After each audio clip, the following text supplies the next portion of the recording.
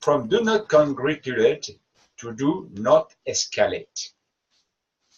In the aftermath of the coalition strikes in Syria, we assessed that the mission was only semi-accomplished. This could lead the regime to use chemical weapons again. Publicly, the administration described this as a three-part mission: respond to the chemical weapons attack, hold Assad responsible for his action, and deter future chemical weapons used in Syria and elsewhere. But there's a fourth component: don't escalate, which are also tracking. Which we are also tracking. Which we are also tracking. I don't understand this. Okay, which we are also tracking means that we are watching, we are monitoring. Tracking means to monitor. Okay. Response to the Douma attack, this mission was accomplished.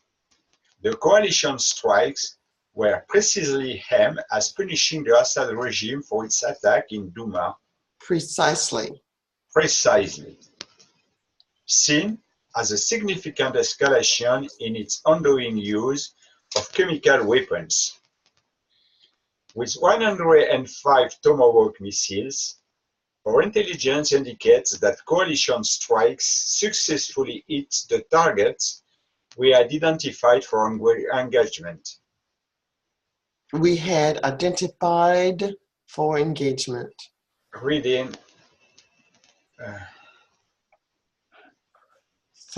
We had identified the target we had identified for engagement. I don't hear the had. We had identified for engagement. We had identified for engagement. Okay. Second, hold Assad responsible. This mission wasn't accomplished.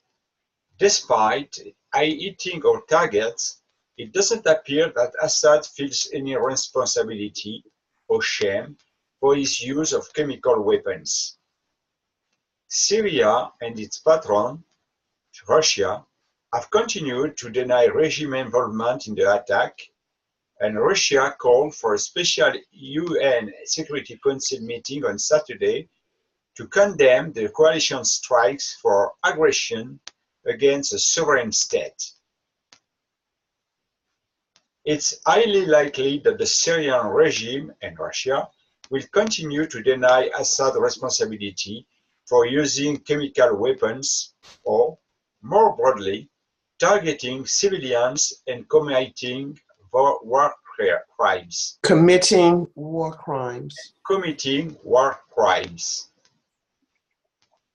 Our coalition is convinced, as it had been in previous cases of chemical weapon use, that Assad was responsible. But the strikes haven't changed Assad's public posture or personal sense of responsibility. Okay, let's take a look at it. Deter future chemical weapons use. The success of this mission is unknowable at this juncture. The administration publicly assessed that the strikes will significantly impact the regime's ability to develop, deploy, and use chemical weapons in the future, and that the strikes set their chemical weapons program back by years. But whether the strikes levied an unbearable cost of the regime, such that it's deterred from using chemical weapons again because it doesn't want to risk suffering similar costs, will require further time to assess. Our deterrent capability will also rely on the Syrians and any other actors considering chemical weapons use, believing that we'll act again if they use those weapons. But the administration needs a consistent message on this point to have any real deterrent effect. White House comments about a sustained mission Defense Secretary Jim Mattis' statements that this was a one-shot operation, and then Ambassador Nikki Haley's comments about the US being locked and loaded to act again undermine our different ability because of their inconsistency. Any whiplash associated with trying to ascertain administration policy is not going to deter bad actors from using chemical weapons because they won't be convinced that we are prepared to act again. Don't escalate. This mission was accomplished. The administration carefully calibrated the strikes, and public comments about their scale and intent such that we did not upset the Russians too much. Scale. Yeah, scale. Public briefings noted the narrow scope of the coalition operation, that the United States has a vital interest in preventing chemical weapons use. Vital, and hence the missile strikes. We concurrently delivered the message that the United States had no interest in engaging in the Syrian civil war, and we emphasized that the main objective of the US forces in Syria remains to defeat ISIS. This is emphasized. We emphasized ISIS. These messages were heard loud and clear in Moscow. Despite public displays of outrage, the Russians appear willing to take these strikes in stride. We have no indication that the Russian air defense system were employed against our missiles, which could indicate a Russian decision to not directly use their system against the coalition, on the calculation that they didn't want to risk direct confrontation with our forces. In other words, Russia will voice discontent publicly and even use trolls and other means to amplify false information about the attack in Duma and the coalition response, but we shouldn't be too concerned. We do assess that the missile strikes and subsequent statements by the coalition may have left Assad feeling more empowered to use other means of violence against civilians. Because we repeatedly emphasized